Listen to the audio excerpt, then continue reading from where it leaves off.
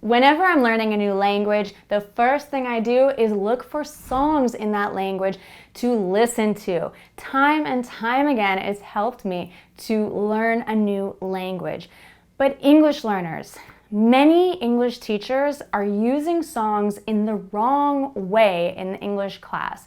We're still relying on old, outdated, traditional methods of learning like fill-in-the-blank worksheets, focusing on really difficult to understand words, maybe really obscure words that you're never going to use in a real-life conversation, and you have to fill in that blank. And this is not working to help you improve your fluency. So in order to use music to improve your fluency in English, you have to know the right way to do this. Inside my complete English course, Fluent Communication, I share my formula with my students for how to use your favorite songs to improve your fluency, and I'm going to share that with you at the end of this video lesson. So stick around until the end for the right steps to help you learn through songs in the right way. Now, why is it so difficult to understand songs in English? You might think that you have to have fluent, advanced English to understand music, but that's not really true, because even fluent, advanced English speakers who can hold a conversation with a native speaker for hours can't understand a lot of lyrics in English. Even native English speakers don't understand a lot of song lyrics in English. So music is not necessarily the best way to learn English unless you use it the right way. Now, there are a lot of reasons why music or songs are difficult to understand.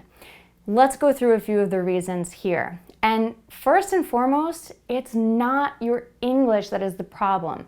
You might think that you can't understand songs in English because your English level is not very good, but that's simply not true. Even as a beginner in English, you can understand songs, but you have to know how to do it. So some reasons why it's difficult to understand songs in English include accents. People in the United States have different regional accents. If the singer of the song that you're listening to is from the South, or has a very strong New York accent, or another particular accent, maybe from another English-speaking country, it might be more difficult to understand them. Slang. A lot of songs use slang or specific vocabulary, maybe regional vocabulary. And we even have temporal vocabulary, meaning that over time, words have changed. For example, I was just listening to a song from the 1950s from the father of country music, Hank Williams, called Jambalaya on the Bayou, and he says, "We'll be gay." Now, in today's vocabulary, gay means homosexual, but back in the 1950s, it meant to be happy. So he's simply singing about being happy. But you can see where that might be misunderstood. So you have to know that vocabulary and slang are used differently in music in different times, in different regions. And we can even use vocabulary artistically in song lyrics.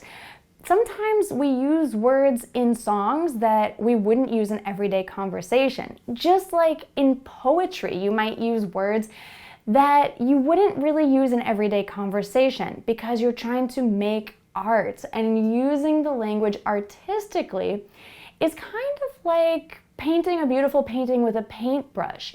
It's not like everyday conversation where you just want to make it practical, like using a hammer to build something.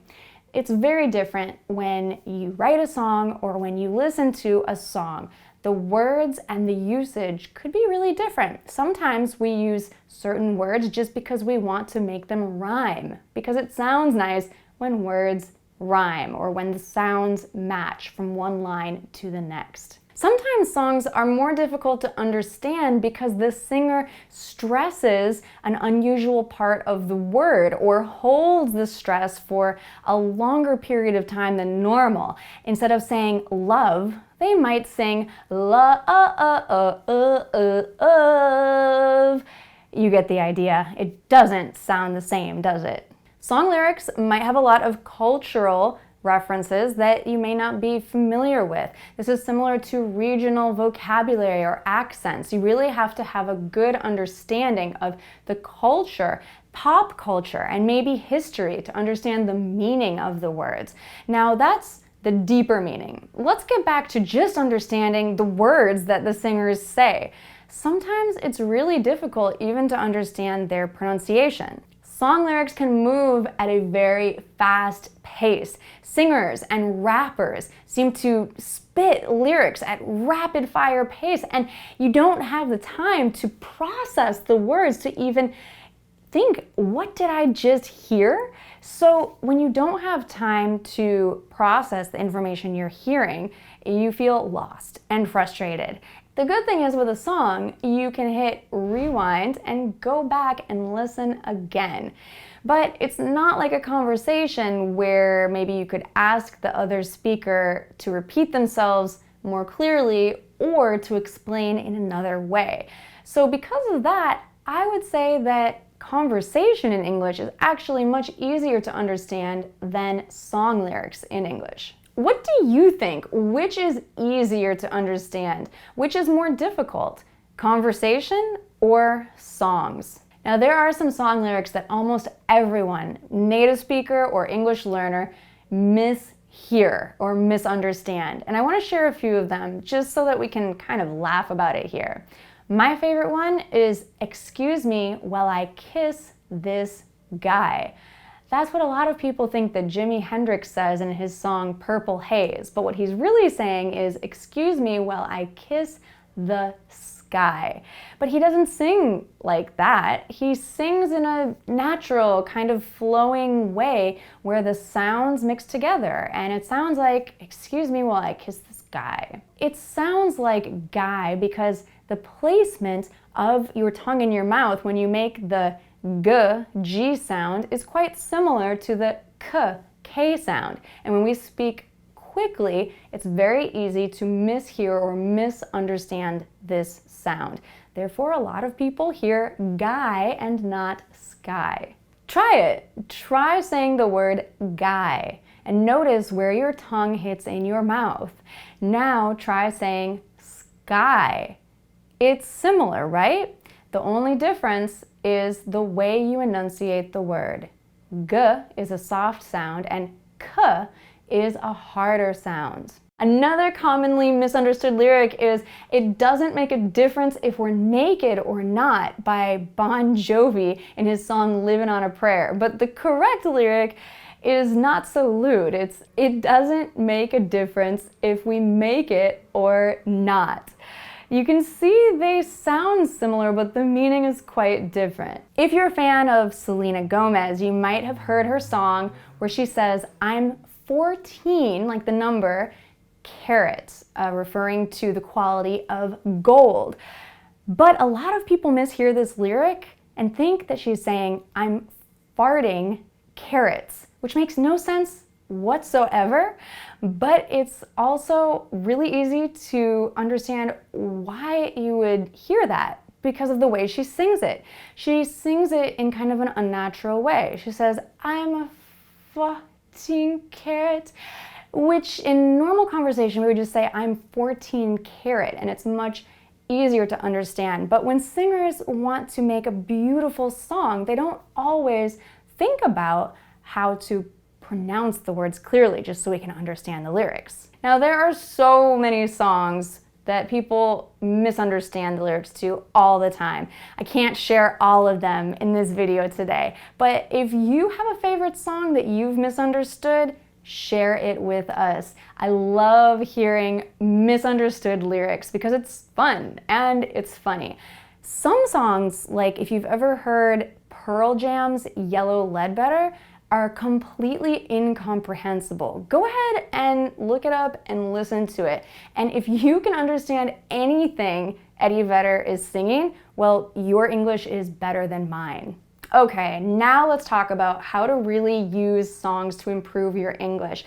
First of all, you need to choose a song that is a good one for learning English. I don't really recommend that song I just mentioned by Pearl Jam because it is pretty much incomprehensible, but it might be a fun challenge. So choose one where the singer typically sings a little bit more clearly than normal.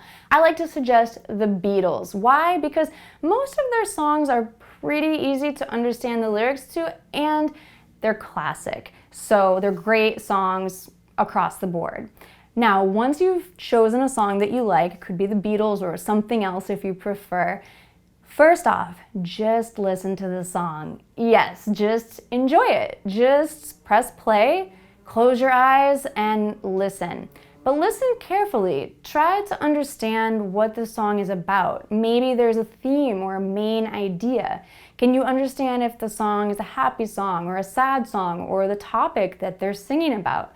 Can you understand the chorus or the main phrases that repeat over and over? All right, now that you've listened to it once without any assistance, now the magic happens. Google the song to find the lyrics and read the lyrics while you listen to the song again, really focusing on those parts of the song that were difficult for you to understand. Now, if there are a lot of words that you're not familiar with, you can go ahead and look those up. If it's really difficult and you're not understanding the song at all, maybe go back and choose an easier song. But I've done this time and time again with songs in French, in Spanish, and in other languages that I'm learning. Even if I'm not an advanced speaker of the language, I can learn so much with songs, especially because they tend to repeat basic vocabulary in the chorus. So it's really a fun way to learn a language. Now, after you read and listen to the song, try to add one more step. Try to actually sing along or speak along, just say the words out loud as you listen to the song, as you read the lyrics. So you're doing 3 things at once here. You can do it. You're listening, you're reading, and you're saying the words out loud as much as possible along with the song. Now, at first, you're gonna feel like you're tripping over your tongue.